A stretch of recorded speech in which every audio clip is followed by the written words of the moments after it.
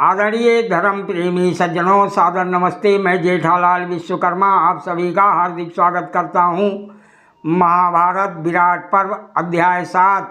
महर्षि वैशंपायन जी कहते हैं, हे राजन जी, कीचक से ऐसा कहकर भयंकर पराक्रमी कुंती पुत्र महाबाहु भीमसेन सहसा उछल कर खड़े हो गए और हंसते हुए इस प्रकार बोले, पर्वत के समान विशाल काय होने पर भी आज मैं तुझ पापी को पृथ्वी पर पटककर वैसे ही घसीटूंगा जैसे सिंह महान गजराज को घसीटता है, और तेरी बहन ये सब देखेगी।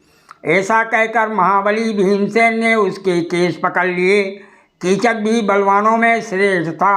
सिर के बाल पकड़ लिए जाने पर उसने बलपूर्वक झटका देकर उन्हें छुड़ा लिया तथा बड़ी फुर्ती से पांडुनंदन भीमसेन को दोनों भुजाओं में भर लिया। तत्पश्चात क्रोध में भरे हुए उन दोनों पुरुष सिंहों में बाहु युद्ध होने लगा। वह दोनों आपस में गुथ गए और एक दूसरे को खींचने लगे। उस समय वह हृष्ट पुरुष दो साड़ों के समान सुशोभित हो रहे थे।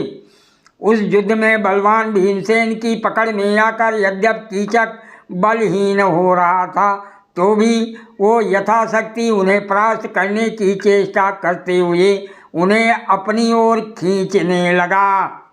जब वह कुछ बस में आ गए और उनके पैर कुछ लड़खड़ाने लगे, तब बलवान कीचक ने क्रोधपूर्वक दोनों घुटने मारकर भीमसेन को पृथ्वी पर गिरा दिया। महाबली कीचक द्वारा इस प्रकार भूमि पर गिराए जाने पर भीमसेन हाथ में दंड धारण करने वाले यमराज की भांति बड़े वेग से उछल कर खड़े हो गए। सूत पुत्र और पांडुनंदन दोनों बल से उन्मत्त हो रहे थे। वह दोनों बलशाली वीर स्पर्धा के कारण आधी रात के समय उस निर्जन स्थान में एक दूसरे को खींचते और धक्के देते रहे। भीमसेन ने दोनों हथेलियों से कीचक की छाती पर प्रहार किया। चोट खाकर बलशाली कीचक क्रोध से जल उठा, परंतु अपने स्थान से एक पग भी विचलित नहीं हुआ।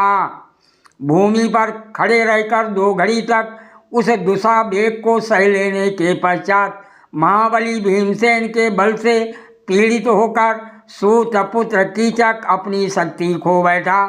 महाबली भीमसेन उसे निर्बल एवं अचेत होते देख उसकी छाती पर चढ़ बैठे और बड़े वेग से उसे रौंदने लगे।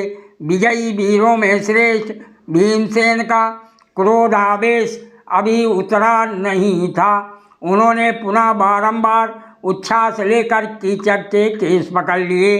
तत्पश्चात उसे अत्यंत थका जानकर भीमसेन ने अपनी भुजाओं में इस प्रकार कस लिया जैसे पशु को रस्सी से बांध दिया जाता है। फिर महारानी द्रौपदी का कोप शांत करने के लिए उन्होंने दोनों हाथों से उसका गला पकड़कर बड़े जोर से दबाया।